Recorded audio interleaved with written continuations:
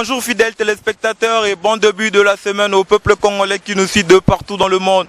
Vous êtes bel et bien branchés sur votre site d'actualité, le www.topweb1. Et comme vous pouvez bien le remarquer, nous sommes sur le site de l'échangeur de Limete.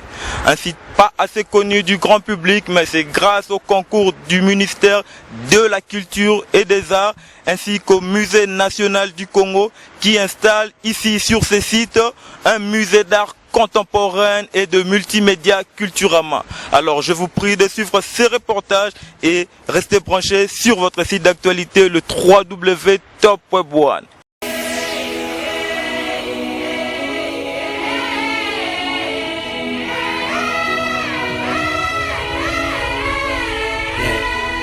Funibay.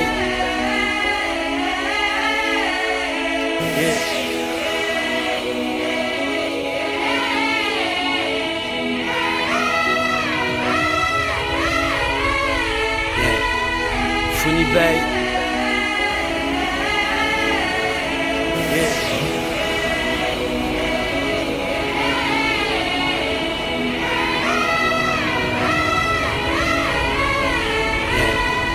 Funibay.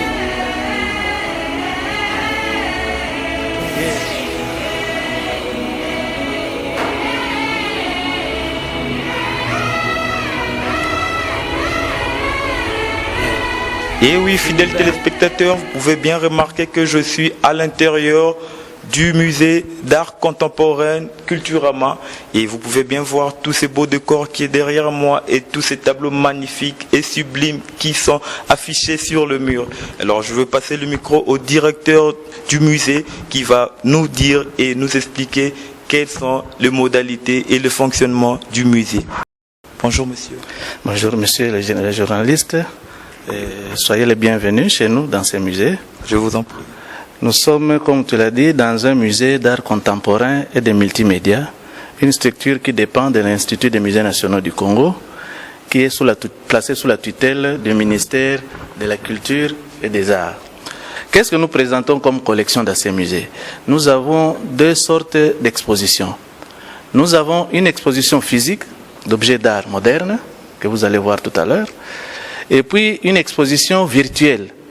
Virtuelle, ça signifie par projection, dans un programme que nous appelons Culturama et que nous animons ensemble avec une équipe égyptienne. Et ça fait au moins combien de temps que vous avez ouvert vos portes au grand public? Bon, ça fait plus d'une année que nous sommes là parce que nous, si vous vous souvenez, nous avons commencé à travailler le 12 octobre 2012. Et c'est une date assez importante pour notre pays. C'était le jour où le 14e sommet de la francophonie a été ouvert dans notre pays. Et c'est le jour aussi que nous avons commencé à travailler ici.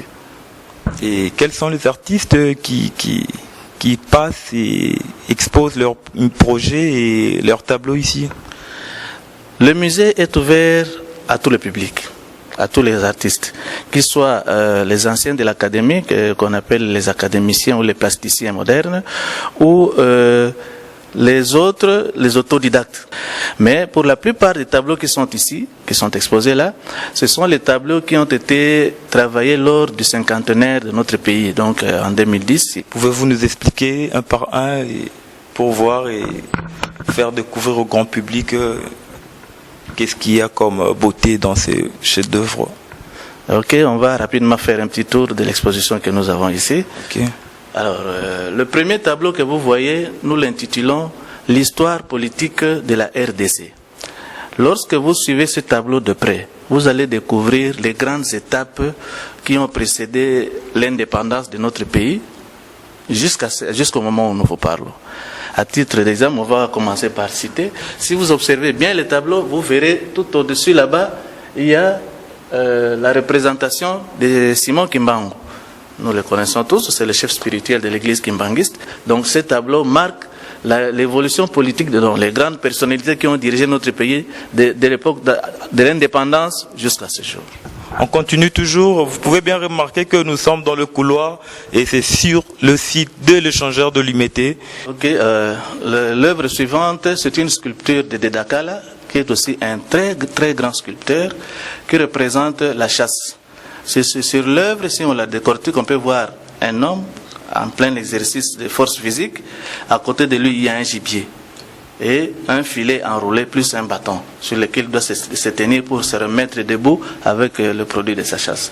Nous l'intitulons la chasse. Et quelle est la matière utilisée par l'artiste? Ah, voilà, c'est très important. C'est le bois noir, le wenge, un bois très dur, mais vous allez voir que l'artiste est tellement grand qu'il a fait ressortir ces formes-là sur un bois très dur, difficile à travailler, mais il a fait un travail fini très bien qui est vraiment apprécié. C'est une œuvre qui est très appréciée. Et ici, nous sommes en présence d'un tableau qui est pratiquement... je ne sais pas s'il faut encore le présenter ou le définir, mais en tout cas, il est expressif de lui-même. vraiment subliminal. Les portraits des personnes que nous connaissons. En fait, si vous voulez, c'est la personnalisation ou la face visible du premier tableau que nous avons vu là-bas. Parce que ce sont pratiquement les mêmes personnalités qui sont représentées sur celui-là, mais à cette fois-là, avec des portraits reconnaissables et visibles.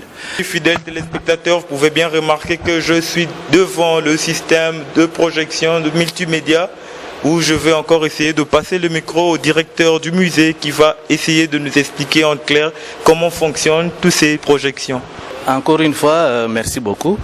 Je vous ai parlé de deux expositions que nous animons ici. Une exposition physique et une exposition virtuelle, par projection sur un écran panoramique de 16 mètres de longueur sur 1,60 m de largeur.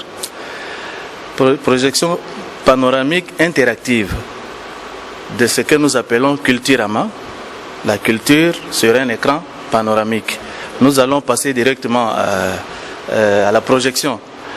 Vous commencez par voir l'image centrale, il y a un titre. Nil et Congo, fleuve porteur de patrimoine. Je vous ai dit qu'on travaillait avec une équipe égyptienne.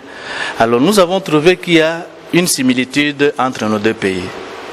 La République démocratique du Congo et la République d'Égypte. Pourquoi? Ces deux pays sont traversés de part en part par les deux plus grands fleuves d'Afrique. Et comment fonctionne ce système? Il fonctionne, c'est un système compliqué, enfin compliqué, non, nous le maîtrisons, mais c'est une invention de nos amis égyptiens. Il y a 9 projecteurs qui sont allumés, comme vous le voyez, et gérés par un serveur. Et dans ces serveurs, c'est le serveur en fait qui commande tout, et les sons et l'image à partir d'une souris portable, comme vous la voyez là. Nous pouvons commander les images telles que nous le voulons et faire le commentaire, soit dans le film même, soit un commentaire tel que je vous le fais maintenant.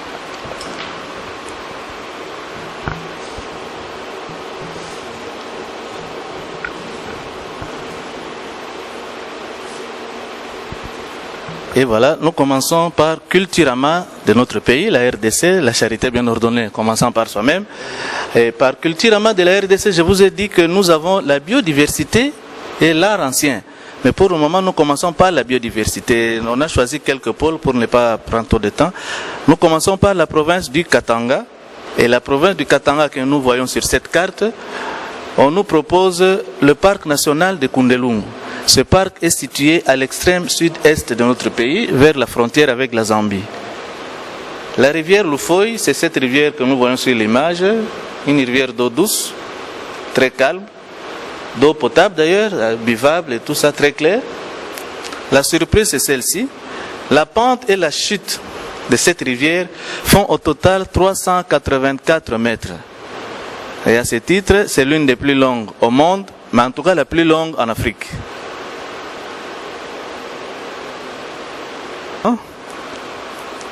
Pour découvrir la baie de Ngaliema.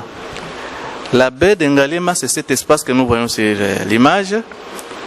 Pourquoi est-elle célèbre? Parce que ce fut le premier port de la ville de Kinshasa, la baie de Ngaliema.